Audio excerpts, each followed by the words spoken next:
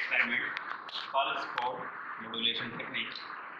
Over here we have function generators, we have different signals. This is my 2 kilohertz sine wave, here is my 4 kilohertz sine wave, and this is my pulse code modulation timing logic block.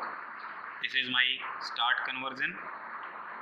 Over here we have analog to digital converter, which can convert our analog signal, which is our 4 kilohertz sine wave in this case, at channel 2, and 2 kilohertz sine wave at channel 1.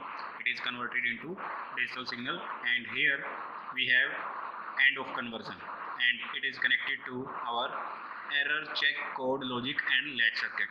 Using this we can off this, and we can use even parity, odd parity, or Hamming code. Like if I am using 1 1 over here on A and B, I am using Hamming code in this case, and when I use 0 1, in this case I am using even parity error checker code.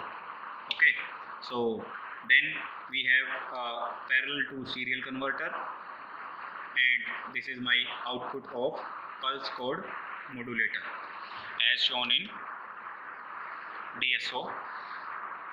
Here is the input signal, and here is the output of pulse code modulation technique. This is all about PCM. Thank you.